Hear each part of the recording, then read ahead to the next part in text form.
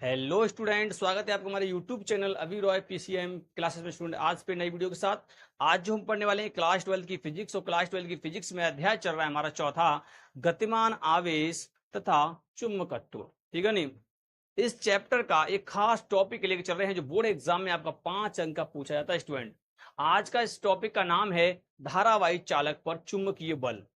धारावाही चालक पर कितना बल लगता है वो आज की इस वीडियो में हम देखेंगे। इससे पिछले वाले वीडियो में हमने देखा था कि एक आवेश पर क्या बल लगता है, लॉरेंज बल क्या होता है, उसके बारे में हमने पढ़ा था इससे पिछले वाले लेक्चर में। यदि आपने नहीं देखे जाकर के देख लीजिए, आपको क्लियर हो जाएगा। ठीक है स्टूडेंट, आज के तो इस वीडियो में हम देखेंगे, आज के लेक्चर नंबर कितना है, 75वां लेक्चर नंबर है। इस लेक्चर में हम देखेंगे कि धारावाही चालक पर बल कितना होता है। आवेश पर तो हमने देख लिया, धारावाही चालक पर भी कुछ बल होता है, वो भी हम यहाँ पर देखने वाले हैं, उसका फॉर्मूला यहाँ पर निकालने वाले हैं। ठीक है, तो वीडियो के एंड तक जरूर बने रहिए, वीडियो बहुत ज्यादा इंटरेस्टिंग होने वाला है। बहुत ही सिंपल तरीका से आप समझ में आएगा, बहुत आसान तरीका समझ में आएगा। ठीक है, अपनी भाषा में आपको समझाऊंगा। क्लियर, तो बने रहिए वीडियो के एंड तक स्टूडेंट। और स्टूडेंट यदि आप हमारे चैनल पर नए हैं तो चैनल को सब्सक्राइब कर लीजिए, बेल आइकन को प्रेस कर ऑल पे क्लिक कर दीजिए ताकि आने वाले वीडियो की नोटिफिकेशन आपको मिलती रहे। चलते स्टूडेंट वीडियो को स्टूडेंट बात करते हैं धारावाही चालक पर चुंबकीय बल। धारावाही चालक पर चुंबकीय बल की बात करते हैं तो धारावाही चालक क्या होता है, जिसमें धारा प्रवाहित हो, एक चालक के अंदर धारा प्रवाहित हो, है ना। तो धारावाही चालक पर चुंबकीय बल हम यहाँ पर निकालेंगे। एक धारावाही चालक होगा, वो चुंबकीय क्षेत्र में रखा होगा, उस पर चुंबकीय क्षेत्र कितना बल लगाएगा वो हम यहाँ पर क्या करने वाले हैं, निकालने वाले हैं। ठीक है, तो चलिए मैं यहाँ पर पहले एक डायग्राम को बनाता हूं, उसके बाद आपको क्लियर तरीका समझ में आ जाएगा। ठीक है, चलते हैं। चलिए स्टूडेंट, यहां पर आपको दिखाई दे रहा है कि एक समान में चुंबकीय क्षेत्र लिया है। क्या लिया है, ये रेखाएं आपको दिखाई दे रही है ना, ये रेखाएं एक समान चुंबकीय क्षेत्र को प्रदर्शित करती हैं। तो ये एक समान चुंबकीय क्षेत्र को प्रदर्शित कर रही हैं। इसमें मैंने एक चालक छड़ को रख दिया है जिसकी लंबाई स्टूडेंट है एल लंबाई। कितनी लंबाई है, एल। एल लंबाई का मैंने एक चालक लिया है और इसका अनुप्रस्थ काटफल क्षेत्रफल ए है। अब कहोगे जी अनुप्रस्थ काटफल क्षेत्रफल क्या है, ये कौन सा बवाल है। समझिए, ये चालक छड़ है ना, मान लीजिए चालक छड़ है, मार का है वैसे तो, चालक छड़ है। इस चालक छड़ की में लंबाई तो आप जानते हो, लंबा होगा वही लंबाई होती है। और ये आपका क्या है, ये वाला भाग, यही भाग है आपका अनुप्रस्थ काट क्षेत्रफल। ठीक है, कितना तार मोटा है। ठीक है नहीं, इस प्रकार से। तो देखिए ये चालक छड़ है एल लंबाई की और इसका अनुप्रस्थ काट क्षेत्रफल ए है। अब ये चुंबकीय क्षेत्र में थीटा कौन पर रखी है, यहाँ पे भी थीटा तो यहाँ पे भी थीटा होगा, तो यहाँ पे भी कौन, थीटा ही होगा। हर जगह थीटा ही होगा, कहीं पर भी आप बना लीजिए। चुंबकीय क्षेत्र और इस चालक छड़ की लंबाई के बीच में जो कोण बनेगा वो बनेगा आपका थीटा कोण, क्योंकि थीटा कोण पर रखा ही गया है। ठीक है, हमने ये देख लिया है कि एक आवेश पर बल लगता है F बराबर क्यू वी साइन थीटा, हमने पढ़ा है। आवेश पर बल लगता है F बराबर क्यू वी साइन थीटा, ये पढ़ा है। ये एक आवेश पर बल है, परंतु ये समचालक छड़ पर हम बल बात करेंगे। एक बात और ध्यान रखिए, क्योंकि इसकी चालक धारावाही चालक है तो इसमें धारा आई प्रवाहित हो रही है, ये आपको ध्यान में रखना है। इसमें धारा क्या है, आई प्रवाहित हो रही है। क्लियर स्टूडेंट, धारा इसमें आई है, आज इस चालक के अंदर धारा का प्रवाह हो रहा है, आई धारा प्रवाहित हो रही है। क्लियर, अब देखिए हम निकालेंगे किस प्रकार से। इस चालक छड़ के अंदर हमें पहले आवेश वाहक की संख्या का पता लगाना होगा, फिर इसका कुल आवेश निकालना होगा और फिर हम निकाल लेंगे, क्योंकि एक आवेश पर इतना बल लगता है और इसमें जितने आवेश होंगे उससे गुणा कर दीजिए। यानी कि कहने का मतलब ये, इसमें रख दीजिए, इसमें रख देंगे निकल आएगा। आवेश की जगह पे आप यहाँ पे निकाल लीजिए, बस यहाँ पे आवेश को ही रखना है। इस चालक छड़ कितना आवेश है वो यहाँ पर आपको रखना है और आपका फॉर्मूला बन के तैयार हो जाएगा। ठीक है, चलिए इसको हम यहाँ पर देखने वाले हैं। तो इससे पहले आपको इसकी थ्योरी लिखनी होगी। थ्योरी में क्या लिखना होगा, चलिए लिखेंगे कि माना एक छड़ एक समान चुंबकीय क्षेत्र में, ना लिखेंगे कि माना एक, मैं लिख देता हूं धारावाही चालक, धारावाही चालक एक समान चुंबकीय चुंबकीय क्षेत्र बी वेक्टर थीटा कोण पर रखा, जिसकी लंबाई कितनी है, जिसकी लंबाई स्मॉल एन तथा अनुप्रस्थ काट क्षेत्रफल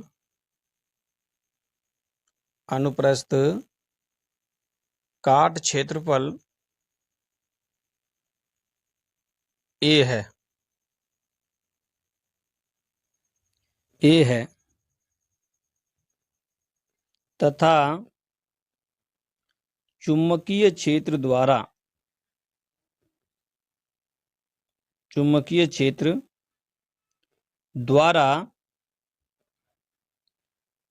चालक पर बल निकालना है। क्या निकालना है? बल निकालना है। तो बल कितना होगा इतनी आपको थ्योरी लिखनी है, यही थ्योरी में आपको लिखना है, इससे ज्यादा नहीं लिखना है। ठीक है स्टूडेंट? तो ठीक है स्टूडेंट कि माना एक धारावाही चालक ए चुंबकीय क्षेत्र बी में थीटा कोण पर रखा है जिसकी लंबाई एल है तथा अनुप्रस्थ काट क्षेत्र ए है, तब चुंबकीय क्षेत्र द्वारा चालक पर बल निकालना है। बल निकालेंगे कैसे? बल निकालने के लिए हम जानते हैं फॉर्मूला, तो उस फॉर्मूला को यहाँ पे लिखेंगे। अब हम जानते हैं, यहाँ पे लिखेंगे वी नो डेट। हम जानते हैं, क्या जानते हैं कि गतिमान आवेश पर चुंबकीय बल हमने पढ़ लिया है। ठीक है स्टूडेंट? गतिमान आवेश पर चुंबकीय बल का फॉर्मूला क्या होता है मैंने पढ़ा दिया है। फॉर्मूला होता है एफ वी बराबर Q V sine theta. F V बराबर होता है Q V B sine theta. इसको हम समीकरण फर्स्ट मान लेंगे क्योंकि इसी से हमें निकालना है फर्स्ट, क्योंकि इसी के माध्यम से निकालना है, हमें इसी के माध्यम से निकालना है। Clear student? चलिए अब देखिए करना क्या है आपको। इतना करने के बाद आपको करना है, पहले इस चालक छड़ का आपको क्या करना होगा, इसमें मुक्त आवेश वाहक संख्या निकालनी होगी। क्या निकालनी होगी? मुक्त आवेश वाहक संख्या। इसमें के अंदर कितना मुक्त इलेक्ट्रॉन है, क्योंकि इसके अंदर आवेश होगा, मुक्त इलेक्ट्रॉन को आवेश बोलते हैं, तो आवेश होगा वो कितना है वो निकालना होगा। तो उसके लिए आपको इनकी संख्या निकालनी पड़ेगी, फिर आपको आवेश निकालना होगा। तो कैसे निकालेंगे? पहले आप एक मान लीजिए इस चालक के प्रत्येकांक आयतन में उपस्थित मुक्त आवेश वाहक संख्या स्मॉल एन। ठीक है नहीं? तो यहाँ पे आपको वही लिखना है। यहाँ लिखेंगे माना चालक के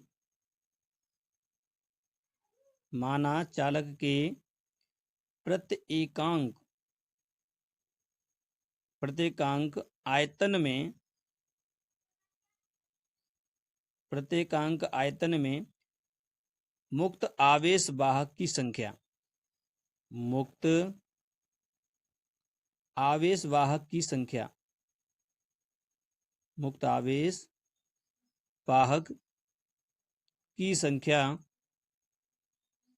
संख्या स्मॉल एन है। क्या है? Small N. तो प्रत्येकांक मुक्त आवेश वाहक में प्रत्येकांक आयतन में मुक्त आवेश वाहक संख्या स्मॉल एन मान ली हमने। यहाँ पर ये चालक छड़ आपको दिखाई दे रही है, इसके एकांक आयतन की बात कर रहे हैं हम। अभी आयतन नहीं निकाला हमने, अब आयतन निकालेंगे। तो अब हम क्या निकालेंगे? चालक छड़ का आयतन। यदि चालक छड़ की लंबाई एल और अनुप्रस्थ काट क्षेत्रफल ए, तब चालक छड़ का आयतन कितना हो जाएगा? चलिए वो यहाँ पर लिखते हैं। चलिए अब यहाँ लिखेंगे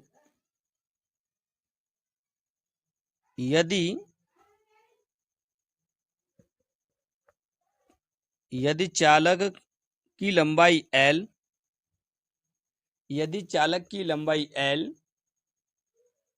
तथा अनुप्रस्थ काट क्षेत्रफल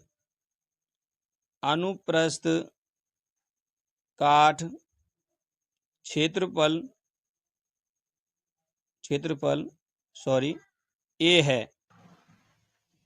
तब क्या निकालना है हमें?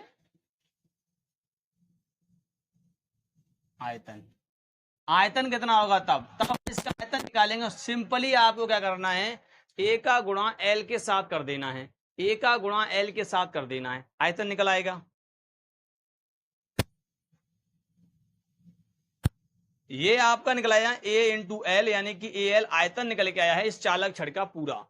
अब आपने पढ़ा है, मान लिया था कि एकांक आयतन में इतने इलेक्ट्रॉन, तो इतने में कितने होंगे?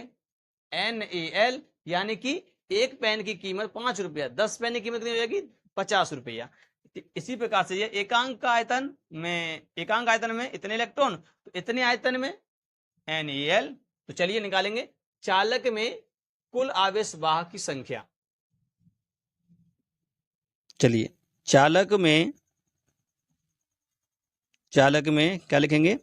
चालक में कुल आवेश वाहक, चालक में कुल आवेश वाहक की संख्या, चालक में कुल आवेश वाहक की संख्या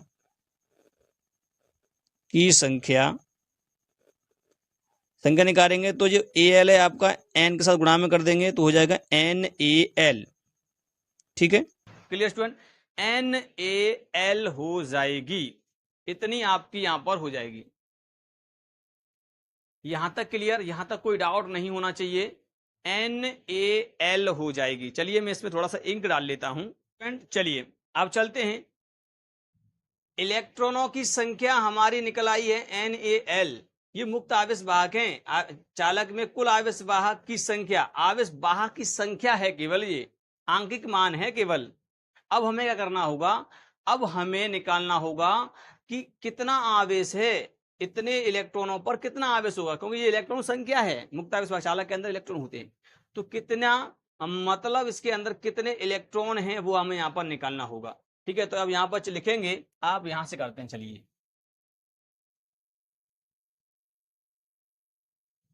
लिखेंगे, यदि इलेक्ट्रॉन पर आवेश E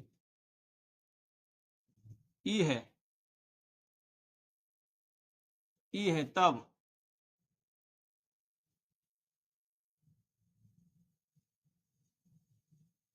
चालक में कुल आवेश, तो चालक में कुल आवेश, यदि इलेक्ट्रॉन पर आवेश E है तब चालक में कुल आवेश कितना हो जाएगा? इस चालक के अंदर कुल आवेश कितना होगा? इस चालक के अंदर कुल आवेश की बात करेंगे, उसे हम Q से दिखाएंगे। Q बराबर, अब आप क्या करना है कि NaLe गुणा कर देना है, E से गुणा कर देना है। जो आया है ये इलेक्ट्रॉन संख्या, इसमें E से गुणा कर देना है। ठीक है ना, केवल। तो आपका कुल आवेश निकल आया। अब देखिए, अब हम इस फॉर्मूला का प्रयोग कर लेंगे। आपको दिया समीकरण फर्स्ट, इस समीकरण फर्स्ट से ही हम इसको करेंगे। समीकरण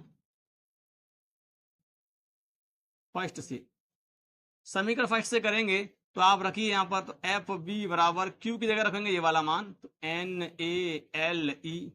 अब इलेक्ट्रॉन का वेग क्या होता है? अनुगमन वेग से गति करते हैं, ये हमने पढ़ लिया था, तो इसे BD लिखेंगे, बेस में BD। ठीक है नी, और यहाँ पर V sin थीटा ये होगा। अब यहाँ पर हम इसको सीक्वेंस में थोड़ा सा लिख देते हैं, तो V बराबर कितना हो जाएगा? NeAVD और LV sin थीटा। यहां पर जो ये होता है अनुगमन वेग धारा में संबंध, इसको हम I बोलते हैं। क्या बोलते हैं इसको? I। तो ये हो जाएगा FB बराबर ILV sin थीटा, चाहे छोटा बनाइए चाहे बड़ा बनाइए I। ठीक है, तो इस प्रकार से हो जाएगा ILV sin थीटा। तो ये आपका फॉर्मूला हो जाएगा। क्या हो जाएगा? ये आपका फॉर्मूला हो जाएगा। क्लियर? इसका अगर मैं सदिश रूप लिखूं, क्या लिखूं इसका? सदिश रूप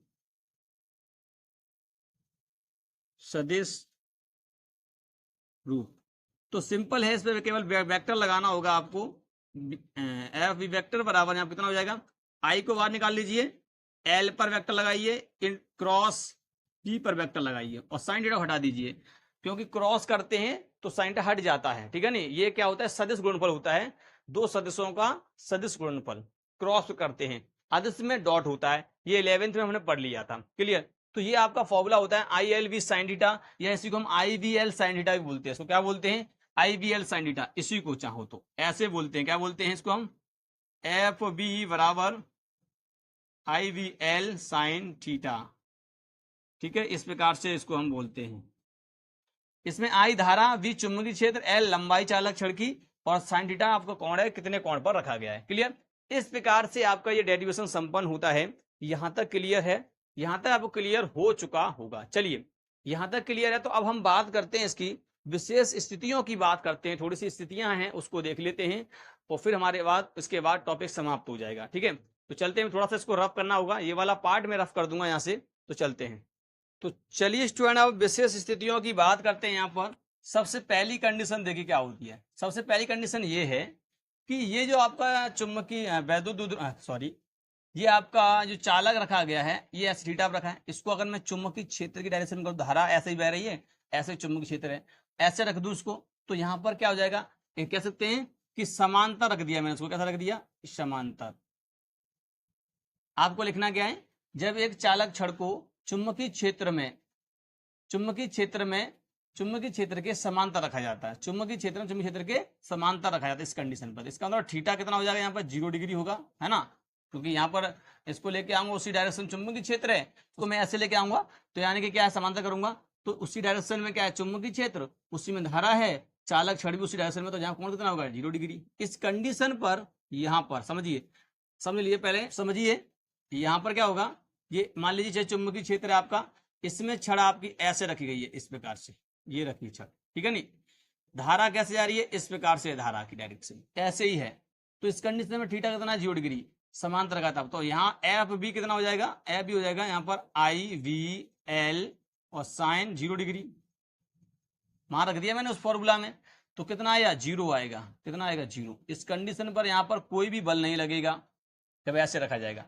अगर मैं इसको प्रति समांतर रख दूं तो धारा में ऐसे बहाऊं, चुंबकीय क्षेत्र ऐसे है तब, तो ये दूसरी कंडीशन होगी। तो ये दूसरी कंडीशन क्या है, प्रति समांतर, प्रति समांतर। अगर प्रति समांतर रखेंगे तो थीटा कितना हो जाएगा, 180 डिग्री, क्योंकि आपको पता है घूम करके ये ऐसे हो जाएगी ना, तो धारा अब ऐसे हो जाए, पहले ऐसे था तो 180 घूम जाएगी ऐसे, इस प्रकार से, तो यानी कि यहां पर हम कह सकते हैं ऐसे होगा कुछ, अब धारा ऐसे बह रही है इस प्रकार से, तो इस कंडीशन में, तो यहां पर जो निकल के आएगा एफ बी बराबर, यहाँ देखिए आई वी एल साइन 180 डिग्री रखना पड़ेगा आपको यहाँ पर, और साइन 180 का मान कितना हो, 0, तो इसका भी मान भी क्या होगा, 0। तो यानी कि इस पोजीशन में भी आपको 0 ही मिलेगा, क्या मिलेगा, 0 मिलेगा।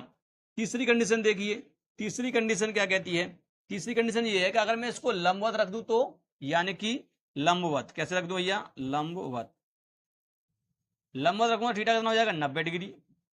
कहने का मतलब ये है कि चुंबकीय क्षेत्र हमारा ऐसे है बी, यहाँ पर बी है, और आपकी छड़ ऐसे रख दी हमने, यहाँ पर ऐसे ऐसे रखिए, धारा ऊपर की तरफ है इसमें होकर के, ठीक है नहीं, तो यहाँ कौन कितना बन रहा है, 90 डिग्री का, तो इस कंडीशन में यहाँ पर जो फोर्स होगा वो कितना होगा, आई वी एल साइन 90 डिग्री, और साइन 90 का मान 0 का 1 होता है, तो ये हो जाएगा एफ बी बराबर आई वी एल। तो यहाँ पर अधिकतम फोर्स लगेगा, इसे कहेंगे मैक्सिमम फोर्स, मैक्सिमम फोर्स,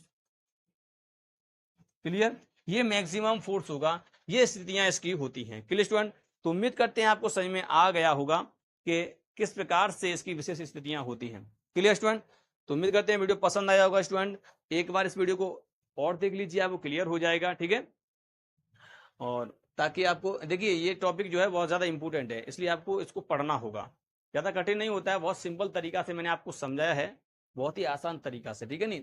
तो उम्मीद करते हैं वीडियो पसंद आया होगा, और वीडियो पसंद आया तो स्टूडेंट वीडियो को लाइक कर दीजिए, चैनल को सब्सक्राइब कर बेल आइकन को प्रेस कर दीजिए, ताकि आने वाले वीडियो की नोटिफिकेशन आपको मिलती रहे। अब हम मिलेंगे नेक्स्ट वीडियो में, तब तक के लिए जय हिंद।